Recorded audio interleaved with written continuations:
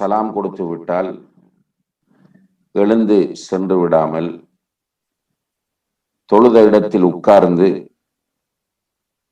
அல்லாஹுவை திக்ரு செய்வது என்பது சுன்னத்தாகும். இதிலே இரண்டாவது கருத்து யாருக்கும் கிடையாது. இவ்வாறு உட்கார்ந்து அல்லாஹுவை திக்ரு செய்கிற விஷயத்தில் பல திக்ருகளை நபி ஸல்லல்லாஹு அலைஹி வஸல்லம் அவர்கள் நமக்கு கற்றுத் தந்திருக்கிறார்கள். முடியுமானவரை இந்த திக்ருகளை நாம் அறிந்து மனப்பாடம் செய்து கொள்வதற்கு முயற்சி செய்ய வேண்டும். ஆரம்ப கட்டத்திலே நாம் புத்தகங்களை அல்லது இந்த துஆக்கள் பிரிண்ட் செய்யப்பட்ட கார்டுகளை பயன்படுத்துவதிலே குற்றமில்லை. இவ்வாறு வந்திருக்கிற துஆக்களும் திக்ருகளும் நிறைய காணப்படுகின்றன. பொதுவாக சலாம் கொடுத்ததும் 3 தடவைகள் அஸ்தக்ஃபிருல்லாஹ் அஸ்தக்ஃபிருல்லாஹ் அஸ்தக்ஃபிருல்லாஹ் என்று சொல்ல வேண்டும். அதற்கு பிறகு அல்லாஹும்ம அன்தஸ் ஸலாம் வ மின்கஸ் ஸலாம் தபாரக்த யா தல் ஜலாலி வல் இக்ராம் என்று கூற வேண்டும். அதனைத் தொடர்ந்து இன்னும் பல திக்ருகள் வருகின்றன.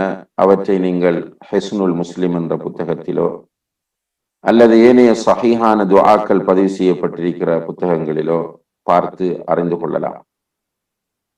இதிலே அன்புள்ள சகோதர சகோதரிகளே, நாம் இந்த திக்ருகளை சொல்லிக்கொண்டு வந்து தொடர்ச்சியாக சுபஹானல்லாஹ் அல்ஹம்துலில்லாஹ் அல்லாஹு அக்பர் என்று சொல்வதும் சுன்னத்தாகும். இவ்வாறு சுபஹானல்லாஹ் அல்ஹம்துலில்லாஹ் அல்லாஹு அக்பர் என்று சொல்வதை பொறுத்தவரையில் இதிலே பல எண்ணிக்கை வடிவங்களை ஹதீஸ்களிலே நாம் பார்க்கலாம். முதலாவதாக சுபஹானல்லாஹ் 33 தடவைகள், அல்ஹம்துலில்லாஹ் 33, அல்லாஹு அக்பர் 33, இறுதியாக லா இலாஹ இல்லல்லாஹு வஹ்தஹு லா ஷரீக லஹு லஹுல் முல்கு வ லஹுல் ஹம்து வ ஹுவ அலா குல்லி ஷைஇன் கதீர் என்று சொல்வது. இவ்வாறு ஒரு மனிதர் செய்தால் அவருடைய பாவங்கள் கடல் நுரையளவு இருந்தாலும் மன்னிக்கப்படும் என்று நபிகள் நாயகம் ஸல்லல்லாஹு அலைஹி வஸல்லம் அவர்கள் சொல்லக்கூடிய ஹதீஸ் சஹீஹ் முஸ்லிமிலே 597வது இலக்கத்தில் பதிவு செய்யப்பட்டிருப்பதை நாம் பார்க்கிறோம். அதே போன்று இன்னமொரு அமைப்பு சுபஹானல்லாஹ் 33, அல்ஹம்துலில்லாஹ் 33, அல்லாஹு அக்பர் 34 தடவைகள் சொல்வது. இவ்வாறு சொல்வது பற்றிய ஹதீஸ் சஹீஹ் முஸ்லிமிலே 596வது இலக்கத்திலே பதிவு செய்யப்பட்டிருக்கிறது. இது இரண்டாவது அமைப்பாகும். மூன்றாவதாக சுபஹானல்லாஹ் 25 தடவைகள், அல்ஹம்துலில்லாஹ் 25, அல்லாஹு அக்பர் 25, லா இலாஹ இல்லல்லாஹ் 25. இவ்வாறு சொல்வது தொடர்பாக வரக்கூடிய ஹதீஸ் திர்மிதியிலே 3413வது இலக்கத்தில் பதிவு செய்யப்பட்டிருக்கிறது. ஷேக் அல்பானி ரஹிமஹுல்லாஹ் அவர்கள் இதை சஹீஹ் என்று கூறியிருக்கிறார்கள். அதே போன்று நான்காவது அமைப்பு சுபஹானல்லாஹ் 10 தடவைகள், அல்ஹம்துலில்லாஹ் 10, அல்லாஹு அக்பர் 10. இந்த முறையை சொல்லக்கூடிய ஹதீஸும் திர்மிதியிலே 3410வது எண்ணிலே பதிவு செய்யப்பட்டிருக்கிறது. இதுவும் சஹீஹானது என்று ஷேக் அல்பானி ரஹிமஹுல்லாஹ் அவர்கள் கூறுகிறார்கள். இந்த 4 அமைப்புகளில் நாம் விரும்பிய அமைப்புகளிலே சுபஹானல்லாஹ் அல்ஹம்துலில்லாஹ் அல்லாஹு அக்பர் என்பதை சொல்லிக் கொள்ளலாம். பொதுவாக நமக்கு தெரியும், பல வடிவங்கள் வருகிற போது, அதாவது பல அமைப்புகளிலே வருகிற போது மாறி மாறி மிக்ஸ் பண்ணி செய்வது, இன்றைக்கு ஒரு முறை நாளைக்கு அடுத்த முறை, இவ்வாறு மாறி மாறி செய்வது என்பது சிறந்தது என்பதை உலமாக்கள் குறிப்பிடுகிறார்கள். அதை நாம் கவனத்திலே கொள்ள வேண்டும்.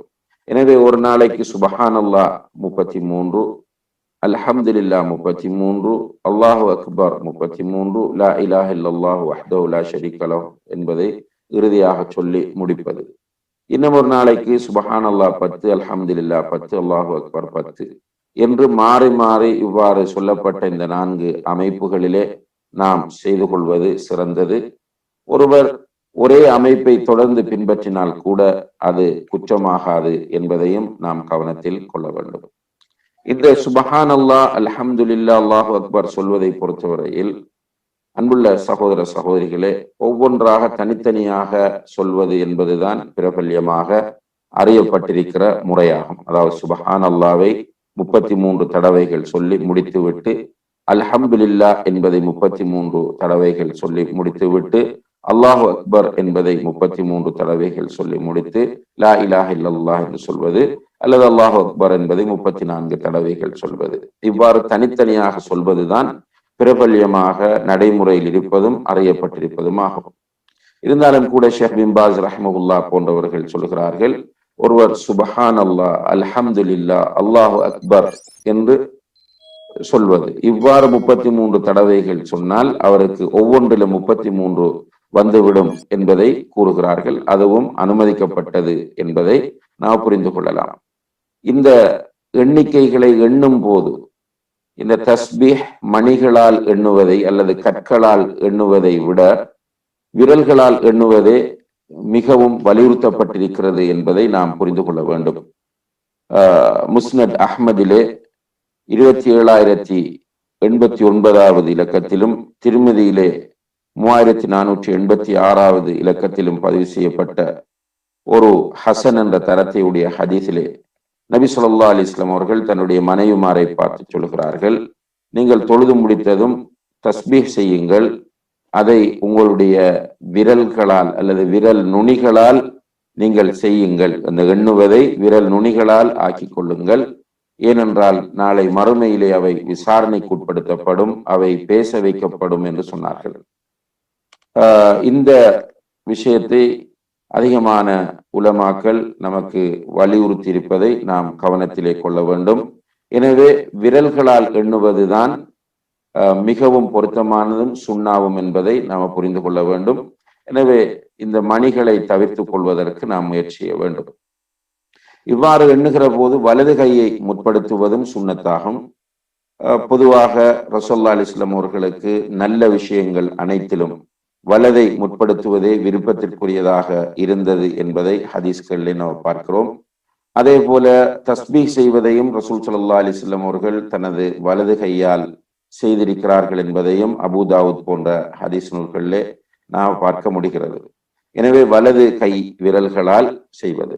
அடுத்ததாக அன்புள்ள சகோதர சகோதரிகளே, இந்த தொழுகை முடிந்ததும் செய்யக்கூடிய திக்ருகளிலே ஆயத்துல் குர்சி ஓதுவது தொடர்பாக ஒரு ஹதீஸ் வருகிறது. நபி ஸல்லல்லாஹு அலைஹி வஸல்லம் அவர்கள் சொல்கிறார்கள், மன் கரஅ ஆயத்துல் குர்சி துபுர குல்லி ஸலாத்தின் மக்தூபத்தின் லம் யம்னஅஹு மின் துகூலில் ஜன்னதி இல்லல் மௌத்.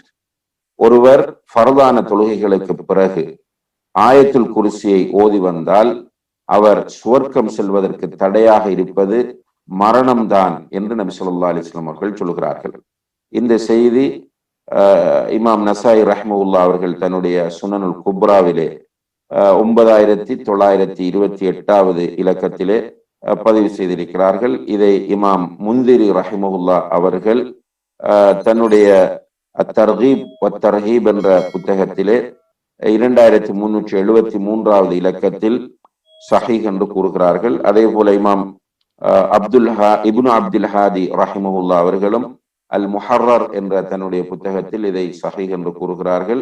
அதே போல இமாம் இப்னுல் கையம் அல் ஜௌசியா ரஹிமஹுல்லா அவர்களும் தன்னுடைய ஜாதுல் மஆத் என்ற புத்தகத்திலே இதை சஹீஹ் என்று கூறுகிறார்கள். இருந்தாலும் கூட இதனுடைய நம்பகத்தன்மையிலே ஹதீஸ் கலை அறிஞர்கள் மத்தியிலே கருத்து வேறுபாடு இருக்கிறது என்பதையும் நாம் கவனத்திலே கொள்ள கடமைப்பட்டிருக்கிறோம். இமாம் இப்னுல் கையம் அல் ஜௌசியா ரஹிமஹுல்லா அவர்கள் சொல்லுகிற போது அவர்களுடைய ஷேக் ஆகிய இப்னு தைமியா ரஹிமஹுல்லா அவர்கள் இதை எந்த ஒரு தொழுகையிலும் ஃபர்லான தொழுகைக்கு பிறகும் விடாமல் பேணி வந்திருக்கிறார்கள் என்பதை ஜாதுல் மஆதிலே குறிப்பிடுகிறார்கள். எனவே இதை சஹீஹ் என்று புரிந்து கொண்டு இருக்கக்கூடியவர்கள் விடாமல் செய்வது சிறந்ததாகும். அதே போல குல் அஊது பிரப்பில் ஃபலக், குல் அஊது பிரப்பின் நாஸ், அதே போல குல் ஹுவல்லாஹு அஹத் போன்ற சூறாக்களையும் ஓதிக்கொள்வது சுன்னத்தாகும். இது தொடர்பாக உக்பத் இப்னு ஆமிர் ரலியல்லாஹு அன்ஹு அவர்கள் அறிவிக்கிறார்கள், ரசூல் ஸல்லல்லாஹு அலைஹி வஸல்லம் அவர்கள் தொழுகைகளுக்கு பிறகு முஅவ்விதாத் என்ற பாதுகாப்புக்குரிய சூறாக்களை ஓதுமாறு எனக்கு கட்டளையிட்டார்கள் என்று.